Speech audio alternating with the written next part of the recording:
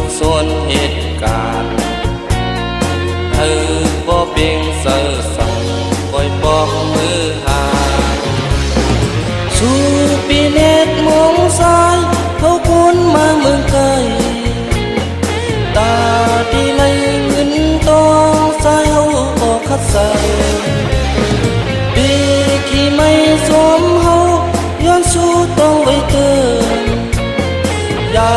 บรรลุหลังเรื่องเฮ็ดให้ต่อสู้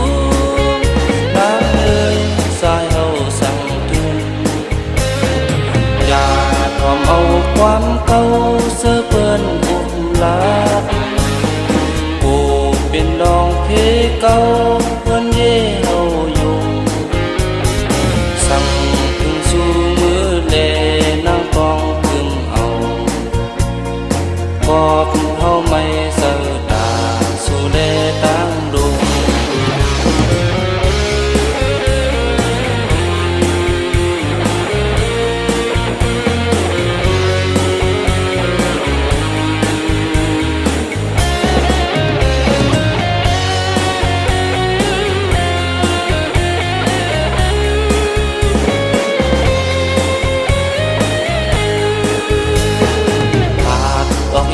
เพิ่นมา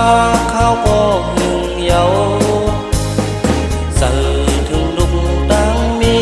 นอนขึ้นบ่ฝันสองเธอซ้อมหันท้องสายมีไก่ไล่มาเหตุการณ์หยาบเป็นลุกเล่นปืนแต่ออกถึงวันตกตื่นว่าการกินนาเพิ่นเฮาข้าวยาวมือนา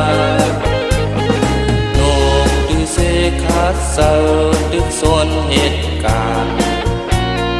เธอบ่เพียงเสือสั่งปล่อยปอกมือหา